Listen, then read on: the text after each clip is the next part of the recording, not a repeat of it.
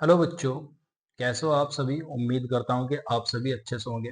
तो आज की इस वीडियो लेक्चर में हम शुरू करेंगे क्लास 9th की साइंस का जो पहला लेसन है, केमिस्ट्री के पोर्शन में आता है। उसका नाम है हमारे आसपास के पदार्थ। आज इस वीडियो लेक्चर में हम करने वाले कुछ 5-7 क्वेश्चंस को हम करने वाले हैं, जो कि बहुत इंपॉर्टेंट क्वेश्चंस हैं।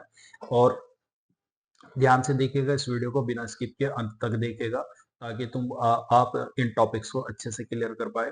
तो चलिए शुरू करते हैं। शुरू करने से पहले मैं आपसे कहना चाहूंगा कि आप हमारे चैनल को सब्सक्राइब कीजिए और बेल आइकन पर क्लिक कीजिए तुरंत नोटिफिकेशन के लिए, ताकि आगे जैसे ही मैं कोई वीडियो अपलोड करूँ तो तुरंत आपको उसको नोटिफिकेशन मिल जाए और नोटिफिकेशन के बाद आप उसको वीडियो को देख पाए वहां से उसमें और समझ पाए उसे।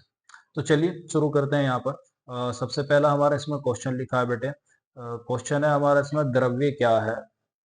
क्वेश्चन है इसमें, द्रव्य क्या है और इसकी कितनी भौतिक अवस्थाएं होती है। ये हमारा पहला क्वेश्चन आ गया। देखिए, द्रव्य को हम पदार्थ भी कह सकते हैं यहाँ पर। तो देखिए द्रव्य क्या होता है। तो सबसे पहले हम इसकी डेफिनेशन यहाँ पर लिख देते हैं द्रव्य की। द्रव्य की डेफिनेशन हो जाएगी, वे सभी वस्तुएं, वे सभी वस्तुएं जिनमें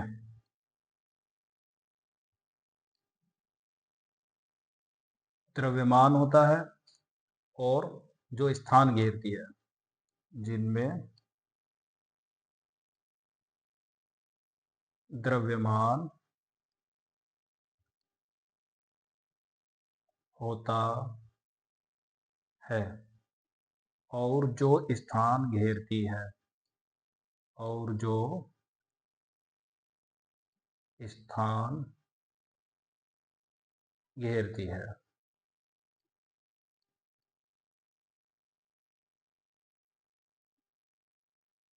द्रव्य कहलाती है। तो एक डेफिनेशन मैंने यहाँ पर बता दिया। देखिए, यहाँ पे बताया गया, इस डेफिनेशन से, इस परिभाषा से हमें पता लग रहा है कि ऐसी सभी वस्तुएं जिनमें द्रव्यमान होगा। द्रव्यमान का अर्थ यहाँ पर वजन से है, यानी जिनमें वजन होगा, और जो स्थान घेरेगी, यानी वे जगह भी घेरनी चाहिए। स्थान मतलब हो गया जगह भी वे घेरनी चाहिए। तो उन सभी पदार्थों को हम क्या कहते हैं, ऐसी सभी वस्तु को हम क्या कहते हैं, द्रव्य कहते हैं। एग्जाम्पल हम लेंगे, जैसे कि हम अपने आसपास के चारों तरफ बहुत सारी वस्तुएं देखते हैं। तो अब हम ये देखते हैं, ये सभी की सभी जितनी भी वस्तु होते हैं, सभी इनमें से कौन कौन सी द्रव्य होती है। देखिए, जैसे कि हम देखते हैं लकड़ी। लकड़ी क्या होती है बेटे, द्रव्य होती है। ये स्थान भी घेरती है और साथ ही साथ इसमें द्रव्यमान भी होता है। लकड़ी के अलावा लोहा, लोहा भी क्या होता है बेटे, द्रव्य होता है। ये स्थान भी घेरता है और इसमें द्रव्यमान भी होता है। और इसके अलावा पानी, पानी क्या होता है बेटे, पानी के अंदर वजन भी होता है और साथ ही साथ ये जगह को भी घेरता है। यहाँ तक कि सभी जो स्टूडेंट्स हो गए, जितने भी बच्चे हो गए, या फिर जो हम भी हो गए, या जो आप भी हो गए, ये यहाँ तक कि जो आप मोबाइल देख पा रहे हो अपना, ठीक है, अपना मोबाइल जो आपके पास हो गया, ये भी क्या होता है बेटे, द्रव्य होता है। क्यों? क्योंकि स्थान भी घेर रहा है और साथ ही साथ इसमें क्या है, कहीं ना कहीं इसमें द्रव्यमान भी है। तो अनेकों बहुत सारे हम इसके उदाहरण दे सकते हैं। कई सारे हम इसके उदाहरण दे सकते हैं द्रव्य के, जो हमें आसपास दिखाई दे रहे हैं। बस ये दो बातें याद रखनी है कि उसके अंदर क्या होना चाहिए, द्रव्यमान होना चाहिए और वो स्थान घेरना चाहिए। तो वे सभी वस्तुएं क्या होगी बेटे, द्रव्य होगी इसमें। ठीक, आगे चलते हैं, इसमें आगे बढ़ते हैं। आगे इसने इसी क्वेश्चन में कहा है, इसकी कितनी भौतिक अवस्थाएं होती है। तो देखिए, द्रव्य की यहाँ पर बेटा 3 भौतिक अवस्थाएं होती है। तो मैं यहाँ पर लिख देता हूँ, 3 भौतिक अवस्थाएं होती है। द्रव्य की कितनी भौतिक अवस्थाएं होती है, 3 भौतिक अवस्थाएं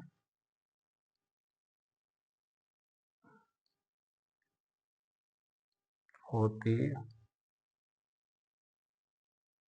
है। अब ये 3 भौतिक अवस्थाएं कौन कौन सी होती है। तो बेटा, इसमें जो पहली भौतिक अवस्था होती है वो है बेटा ठोस। तो यहाँ पर हम ठोस लिख देते हैं। ठोस को इसको इंग्लिश में बोलते हैं हम सॉलिड। और जो हमारी बेटा दूसरी भौतिक अवस्था होती है वो होती है बेटे द्रव। इसको बोलते हैं हम लिक्विड। और बेटा जो तीसरी अवस्था होती है, हमारी तीसरी भौतिक अवस्था होती है, वो होती है गैस। और गैस को इंग्लिश में भी हम गैस ही कहते हैं बेटे। तो ये 3 भौतिक अवस्थाएं हमारी इसमें। आगे बढ़ते हैं अपने नेक्स्ट क्वेश्चन की तरफ को। तो नेक्स्ट क्वेश्चन हमारा इसमें क्वेश्चन नंबर 2 है, जैसे कि यहाँ पर लिखा हुआ है। क्वेश्चन नंबर 2 है इसमें, ठोस, द्रव तथा गैस क्या है। मतलब ये जो तीनों भौतिक अवस्थाएं पढ़ी हमने, देखो ये तीनों ही भौतिक अवस्थाएं होती है किसकी, द्रव्य की। लेकिन अब इन तीनों को अलग अलग हमें परिभाषित करना है कि ठोस किन पदार्थ को कहेंगे, द्रव किन को कहेंगे और गैस किन को कहेंगे। तो चलिए यहाँ पर इनको परिभाषित करते हैं और इनको समझने की हम कोशिश करते हैं कि ठोस क्या होता है। सबसे पहले हेडिंग लिख दिया हमने ठोस। तो ठोस देखिए क्या होता है, वे पदार्थ जिनका आकार व आयतन दोनों निश्चित होते हैं। यहाँ डेफिनेशन लिखते हैं, वे पदार्थ, वे पदार्थ जिनका आकार व आयतन दोनों निश्चित होते हैं, दोनों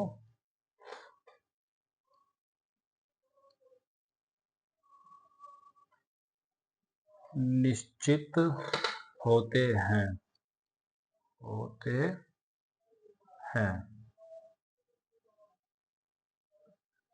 ठोस कहलाते हैं। तो देखिए ठोस क्या होता है, वे पदार्थ जिनका आकार व आयतन दोनों ही क्या होते हैं बेटे, निश्चित होते हैं। निश्चित का मतलब यहाँ पर ये हो गया कि इनका आकार और आयतन दोनों ही नहीं बदलेंगे, दोनों ही क्या हो जाते हैं, फिक्स हो जाते हैं। ऐसे पदार्थों की हम क्या कहते हैं, ठोस कहते हैं। तो चलिए हम इसके कुछ उदाहरण लेते हैं, कुछ एग्जाम्पल लेते हैं। तो यहाँ पर एग्जाम्पल लिखते हैं, जैसे कि बर्फ। बर्फ क्या होता है बेटे, ठोस होता है। और इसी तरह से लोहा, लोहा भी क्या होता है बेटे, ठोस होता है। इसका आकार और आयतन दोनों ही निश्चित होंगे। और इसी तरह से हम कहेंगे कि चांदी, चांदी भी क्या होता है बेटे, ठोस पदार्थ होता है। तो यहाँ पर लिख देंगे चांदी। और इसी तरह से जो कैंचे होते हैं यानी मार्बल्स, यानी जो पत्थर के कैंचे होते हैं बेटे, ये भी क्या होते हैं बेटे, ठोस होते हैं। क्यों, क्योंकि इनका आकार और आयतन दोनों ही निश्चित होते हैं। अच्छा, जैसे कि हम कैंचे ही लेते हैं यहाँ पर, कैंचे, कैंचे का जो आकार होता है ना, आपने देखा होगा कि कैंचों का आकार होता है वो कैसा होता है, गोलाकार होता है। कुछ इस तरह का आकार होता है कैंचों का, जैसे कि मैंने यहाँ पर बनाया। ये आकार कैसा हो गया, इनका गोल हो गया। यानी जो गोल आकार होता है उसे कहते हैं गोलाकार। ठीक है। और इसका आयतन भी निश्चित होता है। अच्छा, ये जो आकार है ना इसका, अगर मान लो हम कैंचे को एक स्थान से दूसरे स्थान पर रखते हैं, तो इसका आकार जो का तू रहेगा, इसका आकार नहीं बदलेगा, गोलाकार ही रहेगा। ऐसा तो होने से रहा कि अगर मान लो हम इसे एक स्थान से दूसरे स्थान पर रखे, गोल से चपटा हो जाए, नहीं, ऐसा बिल्कुल कभी भी नहीं होता है। ठीक है। तो इसका आकार हम कहेंगे, इसका आकार क्या हो गया, निश्चित हो गया। दूसरी बात, इसका आयतन भी निश्चित है। आयतन, आयतन का अर्थ यहाँ पर ये हो गया, किसी भी वस्तु के द्वारा जो घेरा गया स्थान होता है वो उसका आयतन कहलाता है। अच्छा, कैंचा अगर एक स्थान पर रखा हुआ, एक स्थान पर रखा हुआ जितना स्थान घेर रहा है, अगर हम उसे दूसरी जगह पर रख देते हैं तो दूसरी जगह पर भी ये कैंचा जो हो गया वो उतना ही स्थान घेरेगा। तो इस तरह से हम कहेंगे कि इसका जो आयतन है, आयतन भी क्या बेटा, निश्चित है। तो वे सभी पदार्थ जिनका आकार और आयतन दोनों ही निश्चित होंगे, उन्हीं को क्या बोलते हैं बेटे, ठोस बोलते हैं। दूसरा आ गया हमारा इसमें द्रव। तो अब हम इसमें द्रव के बारे में पढ़ते हैं। तो देखिए द्रव क्या होते हैं। तो द्रव की डेफिनेशन लिख देते हैं सबसे पहले, वे पदार्थ, वे पदार्थ जिनका आकार अनिश्चित, आकार अनिश्चित,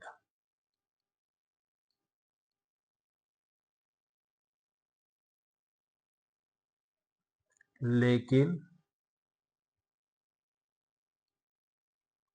आयतन निश्चित होता है, आयतन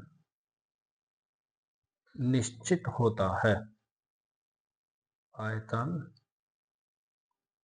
निश्चित होता है, द्रव कहलाते हैं। तो देखिए द्रव क्या होता है, जैसे कि मैंने अभी आपको डेफिनेशन में बता दिया भाई, वे सभी पदार्थ जिनका आकार तो क्या होगा, अनिश्चित होता है।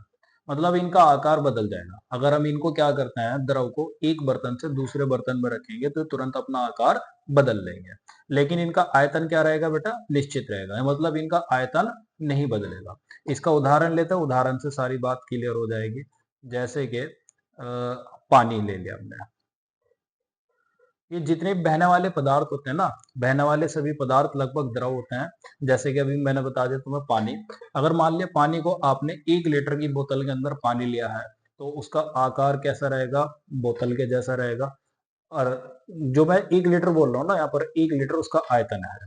ठीक है, यानी 1 लीटर पानी की बोतल जो होगी, ठीक है, पानी से भरी हुई बोतल जो होगी, उसमें पानी का आकार बोतल जैसे रहेगा। अगर उस बोतल में से पानी को आप किसी जग के अंदर डाल देते हो तो उसका आकार कैसा हो जाएगा, जग के जैसा हो जाएगा, लेकिन पानी कितना रहेगा, 1 लीटर ही रहेगा, अर्थात पानी का आयतन नहीं बदलेगा। तो इस तरह से हम कहेंगे कि आयतन तो क्या हो गया, निश्चित हो गया, लेकिन आकार क्या हो गया, उसका बदल गया। और अगर उसी पानी को आप किसी और दूसरे तीसरे बर्तन में डाल दो तो इसी तरह से वो अपना आकार बदलता रहेगा, लेकिन पानी का जो आयतन रहेगा वो 1 लीटर ही रहेगा। ठीक है ना। तो उम्मीद करता हूँ कि आप इसे समझोगे अच्छी तरह से। पानी के अलावा और भी हम एग्जाम्पल ले सकते हैं, जैसे कि जूस होता है, जूस भी क्या होता है बेटे, द्रव होता है। इसी तरह से पेट्रोल होता है बेटे, पेट्रोल भी क्या होता है बेटे, द्रव होता है। और इसी तरह से जो सरसों का तेल होता है, सरसों का तेल भी क्या होता है बेटे, यहाँ पर लिख देंगे सरसों का तेल। सरसों का तेल भी क्या होता है बेटे, ये भी हमारा द्रव होता है। तो ये सभी द्रव के उदाहरण है जो हमने यहाँ पर लिख दिया। इसके अलावा आगे बढ़ते हैं इसमें गैस की तरफ को। तो यहाँ पर जो तीसरी डेफिनेशन है हमारी गैस की है, तो गैस के बारे में लिखेंगे।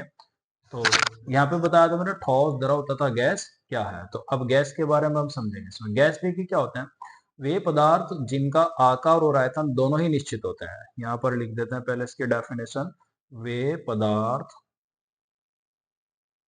वे पदार्थ जिनका आकार व आयतन, आकार व आयतन दोनों ही अनिश्चित होते हैं। थोड़ा यहाँ को लिख देते हैं, दोनों ही अनिश्चित होते हैं, दोनों ही अनिश्चित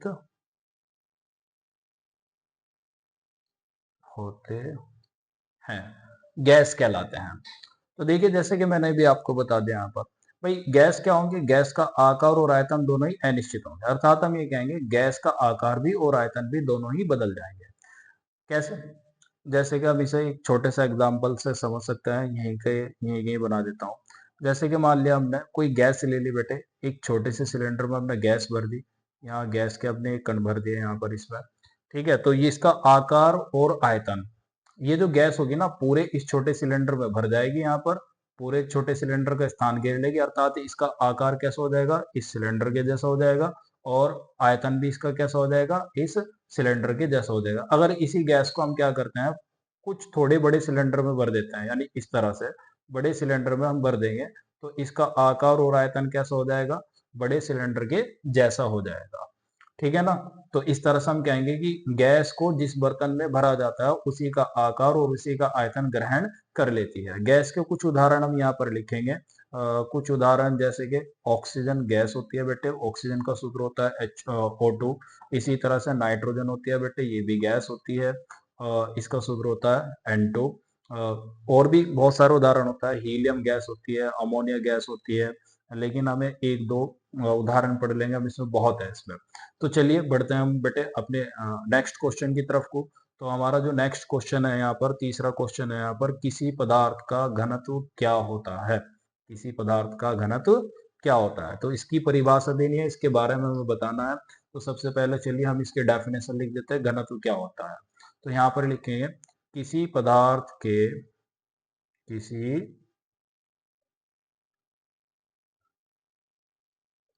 पदार्थ के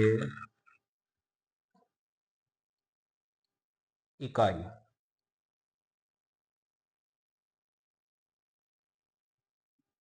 इकाई आयतन के द्रव्यमान को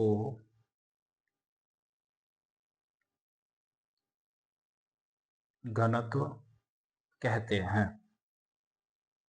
घनत्व कहते हैं। तो ये इसकी मेन डेफिनेशन होगी जो मैंने यहाँ पर लिखी है। तो घनत्व बताया मैंने किसी पदार्थ के इकाई आयतन के द्रव्यमान को। अच्छा, यहाँ पर जो इकाई आयतन है इसका अर्थ क्या होगा? इसका अर्थ ये होगा कि आयतन उसका क्या रहना चाहिए? इकाई। आयतन मतलब एक होना चाहिए उसका, यानी आयतन 1 सेंटीमीटर क्यूब हो या आयतन 1 मीटर क्यूब हो या फिर आयतन 1 लीटर हो, ठीक है। यानी आयतन का मतलब एक से है, इकाई आयतन का अर्थ हो गया एक से है, कि अगर आयतन क्या है? इकाई है, और उस इकाई आयतन का जितना भी द्रव्यमान आएगा तो बेटा हम उसी को क्या कहेंगे?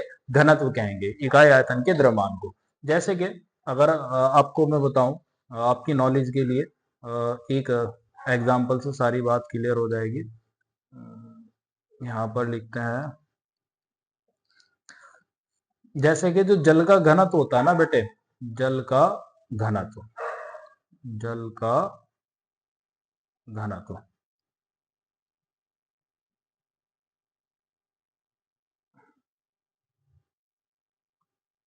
जल का घनत्व जो होता है 1 किलोग्राम प्रति लीटर होता है, प्रति लीटर होता है।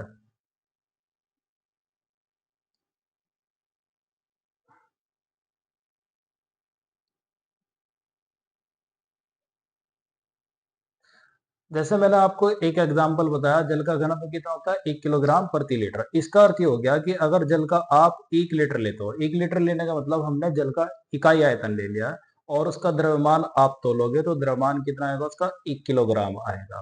तो इस तरह जल का घनत्व क्या हो गया? 1 किलोग्राम प्रति लीटर होता है। लेकिन आपको ये तो जल का घनत्व हो गया। अब अलग अलग जो पदार्थ होते हैं, अलग अलग पदार्थों के घनत्व क्या होते हैं? अलग अलग होते हैं।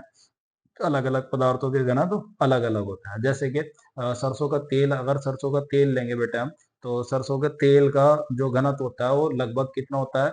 950 ग्राम प्रति लीटर होता है, यानी 950 ग्राम प्रति लीटर। मतलब अगर हमने उसका इकाई आयतन लिया है यानी 1 लीटर लिया है तो उसका द्रव्यमान 950 ग्राम आएगा, पूरा 1 किलोग्राम नहीं आएगा। तो यह होता है बेटे हमारा घनत्व। तो इसका फॉर्मूला अब हम लिखते हैं। तो देखिए घनत्व का क्या फॉर्मूला होता है, तो यहाँ पर लिख देते हैं, घनत्व बराबर होता है द्रव्यमान बटे आयतन। घनत्व बराबर होता है द्रव्यमान और इसके बटे में आ गया आयतन।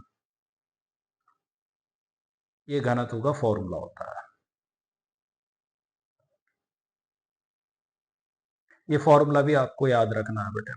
और बात करते हैं इसके मात्रक की, तो इसका मात्रक क्या होता है? मात्रक भी हम इसका लिख देते हैं। द्रव्यमान को हम मापते हैं बेटे किलोग्राम में प्रति, बटे के लिए लगा देंगे प्रति, और आयतन को नापते हैं बेटे मीटर क्यूब में। किलोग्राम प्रति मीटर की 3, ये इसका मात्रक होता है घनत्व का। मतलब हर 1 मीटर की पावर 3 जो हो जाएगी, यानी एक घन मीटर आयतन का किलोग्राम में जितना भी द्रव्यमान होगा वो घनत्व होगा। मतलब इकाई आयतन का द्रव्यमान, कुल मिला के द्रव्यमान हमारा इकाई होना चाहिए, सॉरी इकाई आयतन होना चाहिए। इकाई आयतन का जितना भी द्रव्यमान होगा वही हमारा घनत्व होगा।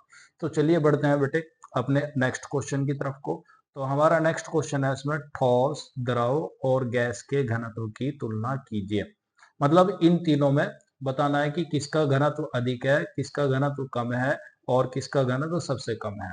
तो बात करते हैं इनकी तुलना करने की। तो तुलना करने में मैं आपको बता देता हूँ कि ठोस का जो घनत्व होता है वो सबसे अधिक होता है, और द्रव का घनत्व क्या होता है? इससे कम होता है, और सबसे कम जो घनत्व होता है बेटे वो गैस का होता है। अच्छा, इसको एक्सप्लेन करने की कोशिश करते हैं, थोड़ा सा इसमें से आपको समझाऊंगा। जैसे कि मान लिया हमने एक खोखला डब्बा ले लिया है, इस तरह का, प्लास्टिक का या कांच का कुछ भी हो सकता है। ये है खोखला इसमें। अब हम क्या करते हैं, हमने पहले केस में यहाँ पर भर दिया इसमें रेता, रेत। इस खोखले डब्बे के अंदर भर दिया हमने रेत। रेत भरने पर क्या होगा, ये बन जाएगा ठोस सारा का सारा। क्या हो जाएगा, ठोस। तो इस कंडीशन में तो बन गया ठोस ही है। इसी तरह से यही हमारा इसी तरह का घनाकार एक और डब्बा हो गया, बिल्कुल इसी आकृति का, इसी लंबाई चौड़ाई और ऊंचाई का एक और डब्बा ले लिया हमने इसी तरह से। लेकिन इस डब्बे में अब की बार भर दिया हमने क्या, पानी। तो यहाँ पर लिख देते हैं पानी। हमने इसके अंदर भरा है बेटे पानी। पानी क्या हो गया, द्रव हो गया, ऐसे पूरा भर दिया इसमें। तो ये हो गया हमारा द्रव। तीसरा एक और हम इसी तरह का डब्बा लेते हैं बेटे, और इसी लंबाई चौड़ाई और ऊंचाई का हम डब्बा लेंगे। जब इसी लंबाई चौड़ाई और ऊंचाई का हम ये डब्बा लेंगे, तो इसका मतलब ये होगा कि इसका आयतन क्या है, निश्चित है। इसका आयतन निश्चित है। जैसे कि अब की बार हमने ये डब्बा जो हो गया बिल्कुल सील पैक कर दिया, इसके अंदर गैस भर के, इसके अंदर भर दिया हमने गैस। ये गैस के कण हो गए इसके अंदर, छोटे छोटे से कण, ठीक है। और हमने क्या कर दिया, इस डब्बे को बिल्कुल सील पैक कर दिया अंदर से। तो यहां लिख देता हूं गैस।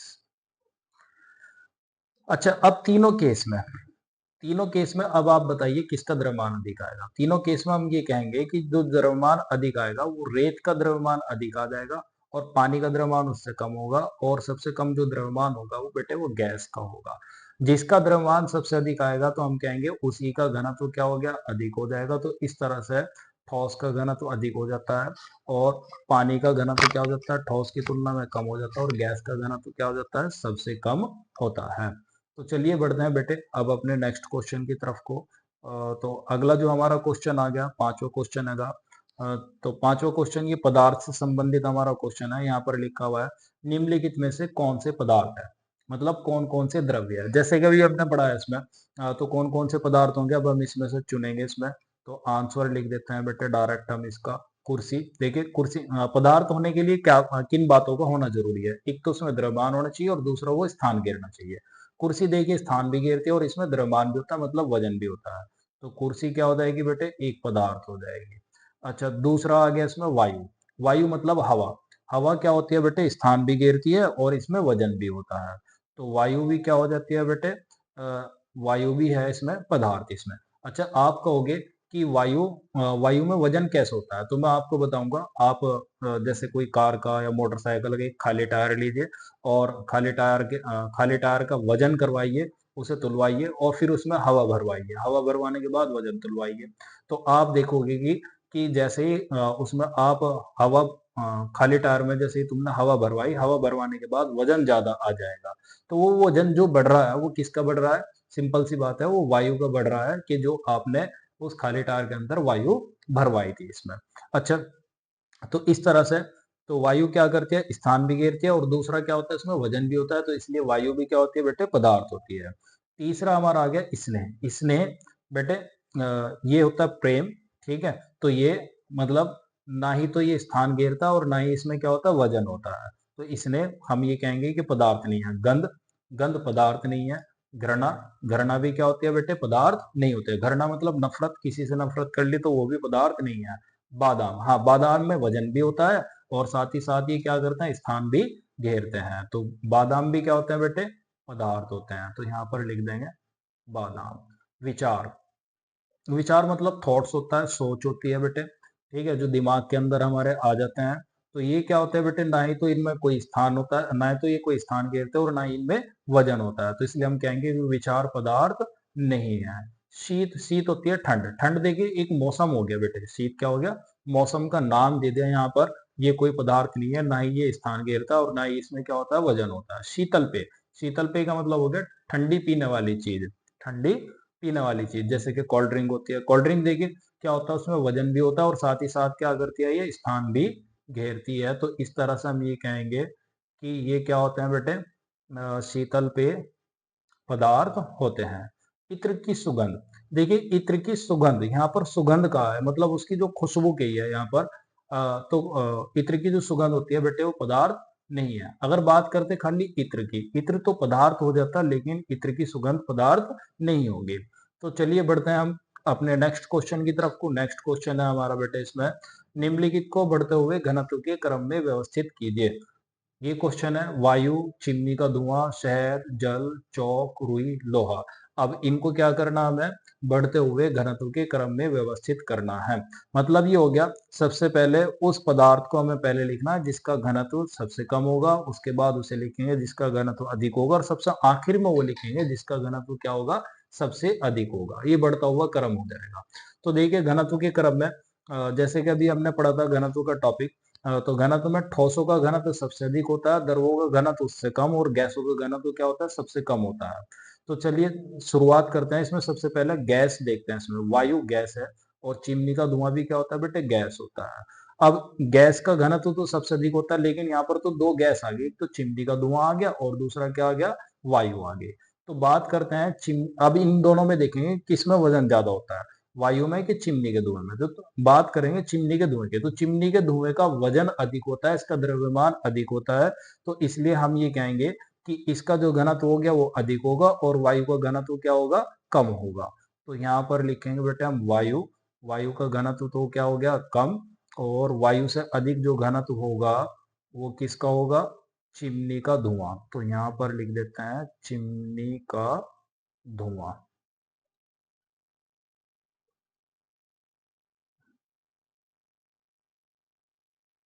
अच्छा, चिमनी का धुआं आ गया। इसके बाद किसका घनत्व अधिक होगा, इसके बाद आ गया शहद, जल, चौक, रुई और लोहा। अच्छा, शहद द्रव हो गया, जल भी द्रव हो गया, चौक बेटे हमारा ठोस हो गया, और लोहा क्या हो गया बेटे हमारा ठोस हो गया। रुई क्या हो गया, रुई देखिए क्या होता है इसमें, रुई को हम इस तरह से कह सकते हैं, रुई का जो रुई का जो घनत्व होता है बेटे, रुई का घनत्व वो गैस से अधिक होगा, बस ये बस आपको बात याद रखनी, लेकिन द्रव से क्या होगा, कम होगा। तो यहाँ पर लिख देंगे रुई। ये दोनों ही गैस है, वायु हो गया, चिमनी का धुआं हो गया, इससे अधिक घनत्व जो हो गया रुई का हो जाएगा, और रुई से अधिक जो घनत्व होगा वो किसका होगा, जल का होगा।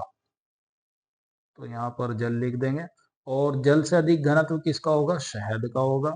तो यहाँ पर हम शहद लिख देंगे बेटा, और शहद से जो अधिक घनत्व होगा वो किसका होगा, चौक का होगा। और तो यहाँ पर हम चौक लिख देंगे, और चौक से जो अधिक घनत्व होगा वो होगा हमारा लोहे का, यानी लोहे का जो घनत्व है वो सबसे अधिक है। तो इस तरह से हम इनको घनत्व के बढ़ते हुए क्रम में व्यवस्थित कर देते हैं। ये हमारा इसका आंसर आ जाता है इसमें। अच्छा, जब इन्हें घनत्व के क्रम में व्यवस्थित करेंगे ना, तो इसमें आपको एक बात याद रखनी है कि जिसका द्रव्यमान निश्चित होगा, इकाई आयतन का द्रव्यमान, इकाई आयतन का मतलब जैसे कि 1 किलोग्राम आपने वो 1 लीटर आपने उसका आयतन कर लिया हर एक पदार्थ का, या 1 घन मीटर आपने हर एक पदार्थ का क्या कर लिया, आयतन निश्चित कर लिया है। अब जिसका भी द्रव्यमान अधिक होगा, ठीक है, तो वो मतलब इसे ए इस तरह से समझ लो आप, जैसे कि अरे भाई,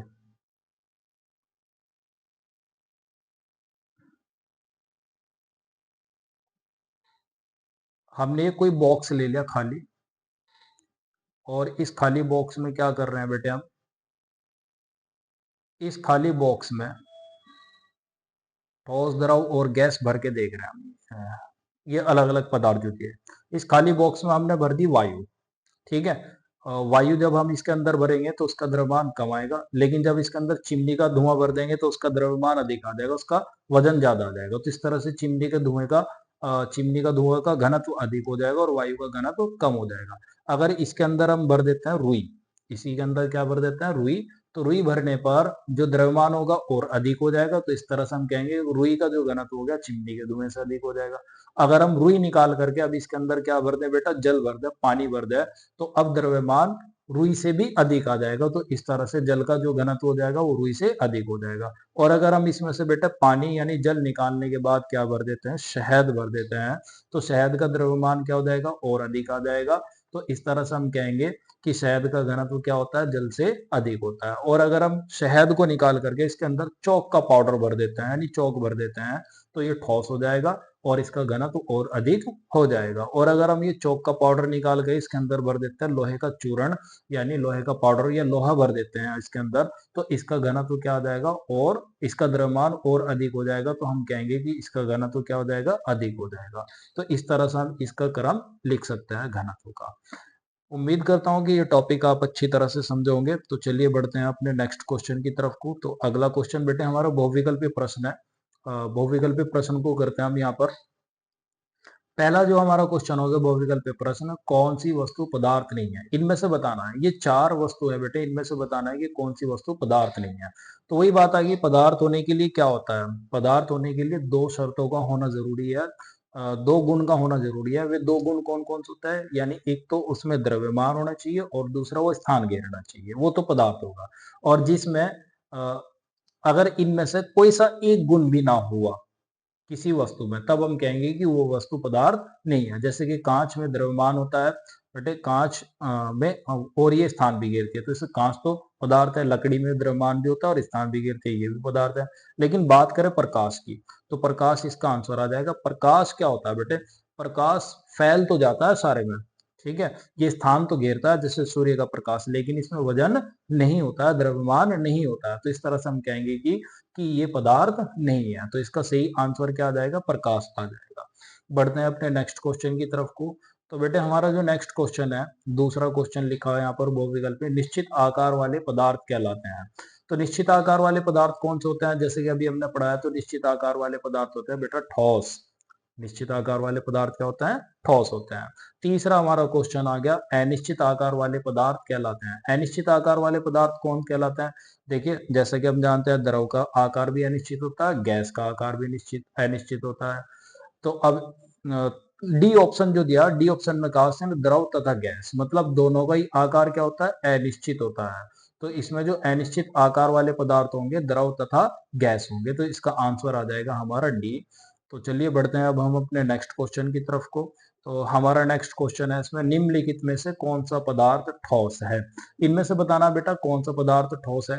तो आप देख पा रहे हो पानी तो द्रव होता है, ये तो बर्फ ठोस होता है, ये इसका आंसर है। बहुत सिंपल सिंपल से हमारे क्वेश्चन है। पांचवा हमारा क्वेश्चन आ गया, इसमें निम्नलिखित में से सबसे अधिक घनत्व किसका है।